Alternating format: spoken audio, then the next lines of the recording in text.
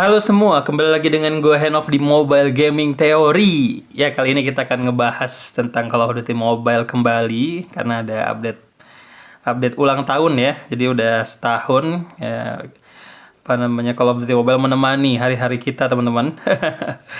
Terima kasih banget buat Call of Duty Mobile ya, Activision dan Garena Indonesia juga yang sudah menghadirkan game keren ini selama 1 tahun ke belakang.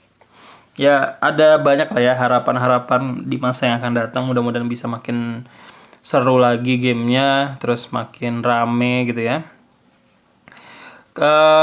Ya di 1 tahun pertama ini ya, menurut gue pribadi sih ya udah oke lah gitu ya, udah oke. Gameplaynya, update-update-nya tuh keren banget. Karena emang developer game dari Call of Duty ini bukan developer ecek-ecek, teman-teman ya. Jadi dia adalah perpaduan gitu ya dari developer game yang kuat dari timur gitu ya, dan developer game yang memang sudah berpengalaman dari barat gitu, Activision ketemu Tencent gitu ya. Jadi ini sebenarnya secara produk ya harusnya bagus lah gitu di atas kertas karena developernya tuh oke banget gitu. Nah, kali ini yang pengen gue bahas ya teman-teman itu adalah update yang ada di setting Gunsmith gitu. Jadi kemarin pas gue bahas tentang Wild Rift, teman-teman, gue ngebahas atau menyinggung tentang bagaimana Wild Rift itu mudah banget penggunaannya dibandingkan sama game-game mobile pada umumnya gitu ya. Itu namanya UX ya, user experience. Nah, ini yang akan gue bahas adalah update tentang UX gitu ya, yang mempengaruhi pemahaman kita terkait meta. Gitu. Jadi ini update-nya tuh simple, tapi dengan adanya update ini kita jadi lebih lebih dipermudah dalam melakukan analisis meta, gitu ya. Sebenarnya sih kalau ya kayak gue secara pribadi ya, itu nggak perlu ada update ini gitu untuk bisa analisis meta. Tapi nggak semua orang itu paham langsung paham cepat gitu terkait data-data gitu ya, sehingga perlu adanya update ini gitu. Update apa sih Bang sebenarnya update ini, teman-teman? Nih, update tentang detail, ada detail sebenarnya tulisannya detailnya tuh ada ya. Kita klik aja detailnya. Nah, ini ada penjelasan detail tentang masing-masing statistik. Nah, yang salah satu hal yang waktu itu kan pernah gue bahas juga ya tentang metadata gitu ya. Bukan meta strategi ya, tapi metadata gitu ya. Nanti yang belum tahu gitu ya bisa baca lagi. Bisa simak video-video gue sebelumnya. Cuman intinya ada metadata yang diungkap lagi, yaitu di damage bukan di damage, di akurasi. Lihat. Sniper rifles yang digunakan yang digunakan attachment yang meningkatkan akurasi itu juga akan mengurangi scope away, scope sway. Scope sway ini maksudnya artinya ini teman-teman ya, kecepatan kita nge-scope-nya gitu, kecepatan kita nge-scope nge-ADS gitu. Itu dipengaruhi juga ketika akurasi ini meningkat untuk sniper rifle gitu. Jadi ini ada metadata yang diungkap lagi teman-teman gitu ya. Nah, sehingga hal ini menjadi penting gitu untuk kita menganalisis meta strategi. Nanti tak jelasin pelan-pelan ya. Intinya sekarang kita lihat dulu aja penjelasannya, ada hal-hal baru nggak gitu. Nah, di damage ini misalnya ya, di damage ini ya penjelasannya sama lah ya. Intinya besaran damage-nya gitu ya. Terus butuh banyak peluru atau enggak untuk membunuh musuh dalam jarak tertentu dan seterusnya. Fire rate ya. Ini fire rate ya sama aja lah ya kayak yang kita pahami selama ini gitu ya. Terus ini bahkan dijelasin sampai detail ya. Dampak dari fire rate-nya pun dijelasin. Jadi kayak fire rate adalah bla bla bla bla bla bla bla gitu ya. Menggunakan attachment yang meningkatkan fire rate ya, itu bisa menyebabkan kamu gitu ya untuk nembak peluru-pelurunya itu dalam waktu yang lebih singkat. Jika musuhnya kena gitu ya, itu bisa mengurangi waktu yang dibutuhkan untuk membunuh. Jadi kayak dampak dari meningkatkan fire rate-nya pun dijelasin itu. Jadi ini penting banget teman-teman untuk player-player yang awam, Player-player yang nggak bisa logika analisisnya itu belum hidup gitu. Jadi dia nggak perlu, misalnya contoh ya, wah ini nih aku ningkatin mobility-nya si ICR sampai ke 81 gitu ya, kontrolnya tak kurangin jadi 53, itu akurasinya tak kurangin, range-nya tak tambahin. Itu konsekuensi dari nambahin mobility, ngurangin kontrol, ngurangin akurasi, dan menambah range itu, konsekuensinya itu nggak semua orang langsung tiba-tiba ngerti gitu. Kayak, oh iya ini bakal begini senjatanya. Nggak semua orang ngerti kayak gitu. Nah makanya dengan adanya penjelasan ini gitu ya, orang-orang itu jadi lebih mudah memahami gitu. Akurasi tadi ya, terus ada mobility gitu ya. Mobility refer to player movement and ADS speed. Nah, ini kan udah pernah tak jelasin juga ya. Mobility itu berpengaruhnya sama movement dan kecepatan kita nge-scope gitu, ADS. Gitu ya. Waktu itu ada orang yang pernah ikut pelatihanku gitu ya. Yang dia ngotot gitu ya, ngotot bahwa mobility itu bukan terkait sama kecepatan kita bawa senjata gitu, dan bukan juga terkait sama kecepatan kita sama ADS speed gitu ya, tapi terkait sama apa ya waktu itu ya, gue juga lupa. Cuman intinya waktu itu dia ngotot untuk bukan hal ini gitu. Nah hal ini terjadi ya teman-teman ya, karena nggak ada penjelasan detail kayak gini gitu. Jadi akan ada multi tafsir di kalangan pengguna gitu ya. Ya gue nggak nyalahin dia juga gitu ya, karena dia nggak paham tentang ini gitu ya. Kalau nggak salah dia tuh mengacu sama apa ya?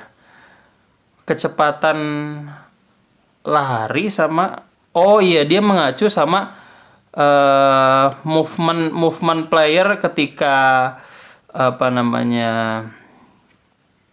ketika di ADS apa ya. Jadi ketika ADS itu kan kita bisa sambil jalan ya. Nah, ketika sambil jalan itu dia ngomongnya mobility-nya itu apa ya? Pokoknya lupa lah. Intinya dia punya tafsir yang berbeda gitu terkait mobility. Hanya karena nggak ada penjelasannya gitu teman-teman. Kalau misalnya ada penjelasannya, ya nggak perlu ada pemahaman yang berbeda kan. Makanya ini bagus update ini. Terus ada range ya. Ini killing circle ya, waktu itu udah gue jelasin juga. Terus control, tuh kan benerin tentang recoil gitu ya, udah pernah jelasin juga.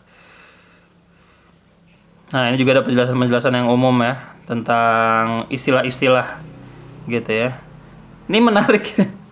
Ini menarik, kenapa kok ini penting gitu teman-teman ya, karena gini teman-teman, ketika dulu ya sebelum adanya gunsmith ini, kita itu melihat sesuatu itu berdasarkan jenis senjatanya untuk memberikan impact kita terhadap meta tertentu. Misal contoh nih, oh sekarang HG40 lagi meta, oh sekarang RUS lagi meta, oh sekarang ASM lagi meta, ini lagi meta, lagi itu lagi meta. Nah, itu adalah zaman sebelum gunsmith teman-teman. Ya zaman sebelum gunsmith itu kita akan menentukan meta dari tipe senjata yang kena buff atau nerf kayak gitu. Nah, sekarang nih setelah adanya gunsmith, sebenarnya meta itu tidak lagi ditentukan oleh tipe senjatanya. Meta itu nggak ditentukan oleh tipe senjatanya. Meta itu ditentukan oleh statistik tertentu. Gitu, statistik tertentu. Contoh misalnya nih, sebuah senjata itu menjadi meta, misalnya ya contoh ya, ketika dia bisa memberikan fire range sekian, mobility sekian, control sekian, range sekian, akurasi sekian, damage sekian. Jadi ada range di nilainya. Misalnya kalau damage-nya 38, itu jadi out of meta misalnya. Tapi kalau damage-nya 38 tapi fire rate-nya di atas 90, dia bisa dianggap sebagai senjata meta. Misal kayak gitu. Jadi ada standar itu ditentukan oleh statistiknya gitu. Statistik tertentu yang akhirnya mereverse to meta yang akan dipakai. Jadi bukan meta senjatanya. Jadi kalau ada senjata yang bisa mencapai statistik tertentu tersebut, maka senjata itu masuk ke dalam jajaran senjata meta. Nangkep nggak poinnya? Mungkin agak susah dipahamin ya, cuman intinya kayak gitulah teman-teman. Intinya adalah senjata itu dianggap sebagai senjata meta bukan lagi karena tipe senjatanya. Bisa aja HG40 itu meta gitu ya sekarang gitu. Bisa aja ASM meta gara-gara Incendio nunjukin gitu ya betapa impactfulnya apa namanya ASM. Tapi gitu ya, sebenarnya ada senjata-senjata lain yang juga punya impact yang nggak kalah menarik gitu ya. Karena ternyata dia bisa mencapai statistik yang sama statistiknya ASM dan statistiknya HG. Ngerti gak? Gitu. Jadi misalnya kayak HG-nya tuh punya impact bagus karena akurasinya di atas 60 gitu. Nah, ternyata ICR juga bisa gitu. Bahkan ketika dia dikurangin akurasinya, dia masih masuk ke statistik meta tersebut. Ngerti nggak? Ngerti lah ya, insya Allah.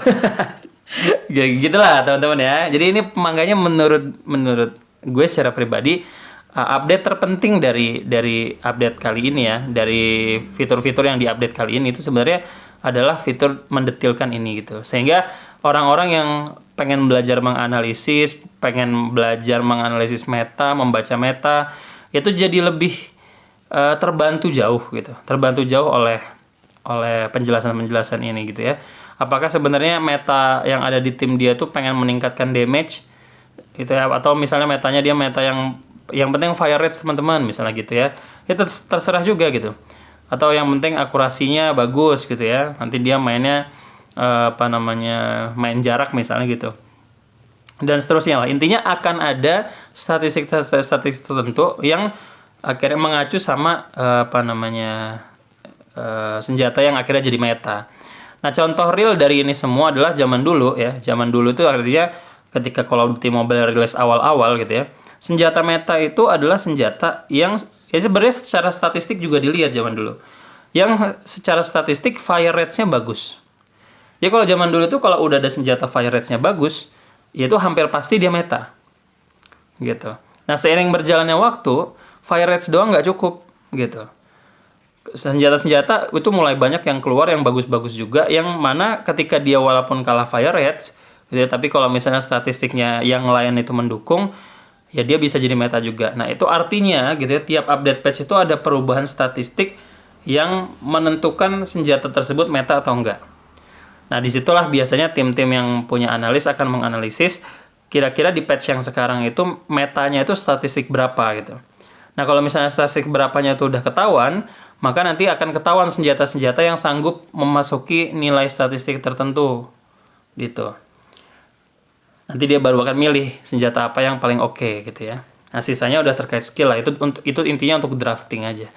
Nah, paling gitu teman-teman ya. Mudah-mudahan bermanfaat gitu ya pemahaman yang di-share kali ini gitu ya, video kali ini. Ya kita sama-sama doakan lah ya Call of Duty Mobile akan menjadi game yang terus berkembang gitu ya, terus menjadi makin baik tiap harinya ke depannya. Di ulang tahun yang pertama ini udah 1 tahun umurnya teman-teman ya. Mudah-mudahan ya makin, yang paling penting sih ya sebenarnya makin banyak turnamen gitu. Sehingga akhirnya kalau turnamen itu makin banyak, ya kompetitifnya itu akan lebih hidup gitu. Dan di mana kompetitif akan lebih hidup, maka akan lebih banyak screen time, akan lebih banyak sponsor, akan lebih banyak tim yang berani invest untuk gamenya gitu ya. Karena secara internasional dia dipegang sama developer game terpercaya ya, yang sanggup ngedeal gitu ya sama sponsor-sponsor yang besar banget. Kayak Xperia itu, Sony kan kena deal tuh sama Activision dan kawan-kawan gitu ya, sehingga akhirnya bisa menghadirkan prize pool $1 juta. Itu kan gokil banget gitu ya. Nah, gimana caranya ya game yang bagus ini, developer yang bagus juga, itu bisa benar-benar hype ya. Kalau misalnya turnamennya sedikit agak susah sih gitu. Jadi mudah-mudahan ya kita ya berdoa aja turnamen makin banyak lah gitu. Paling itu aja teman-teman. Thank you udah dengerin. Gue Henov. Dadah.